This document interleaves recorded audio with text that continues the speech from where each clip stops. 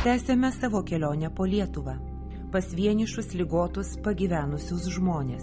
Šį kartą Kaišiadorys. Sriuba! Iš tų 700 000 pagyvenusių žmonių, o tai beveik ketvirtadalis visos Lietuvos, kas trečias gyvena žemiau valdininkų nubrėžtos skurdo ribos.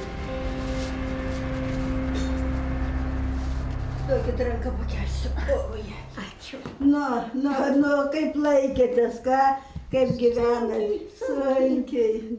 Sunkiai, ką daryti? Nesinervuokit, nu ką dabar daryti? Tie, kurie dar paeina, mums sakė kartą per mėnesį, kai gauna pensiją, nukanka į parduotuvę. Dabar ties nuveini parduotuvė, yra visko, žinoma, yra, galima pirkti, bet kad nėra už ką pirkti. Beveik visų, kuriuos globoja Maltos ordinas, pensijos yra kiek didesnės nei 600 litų.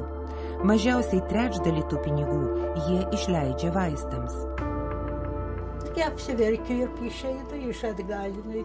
Ką darysi, žiūrėsi, sotus nebūsi, pasižiūrėjus ir atgaleini.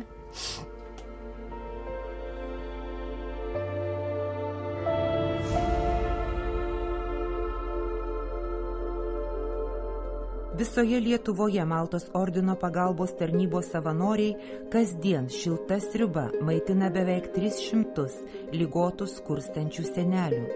Vien Kaišiadoryse 28. Tik tokiam būreliui šiuo metu užtenka suaukotų lėšų. Tai jie laukia tos sriubos, aišku, kad pavalgytų, bet laukia ir žmogaus, kuris ateitų, kad jų tą vienišumą prasklaidytų kažkiek, tai šiek tiek, nors trupučiuką. Na, skanu? Skanu? Labai. Gerai. Kokia simpatiška.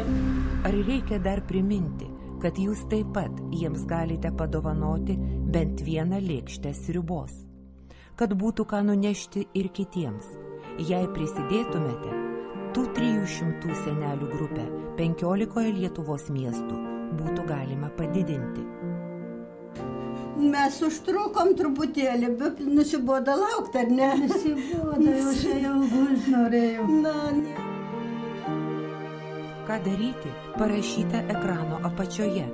Nepilna lėkštė sriubos, skambinant numeriu 1416, 3 lėkštės sriubos 1418.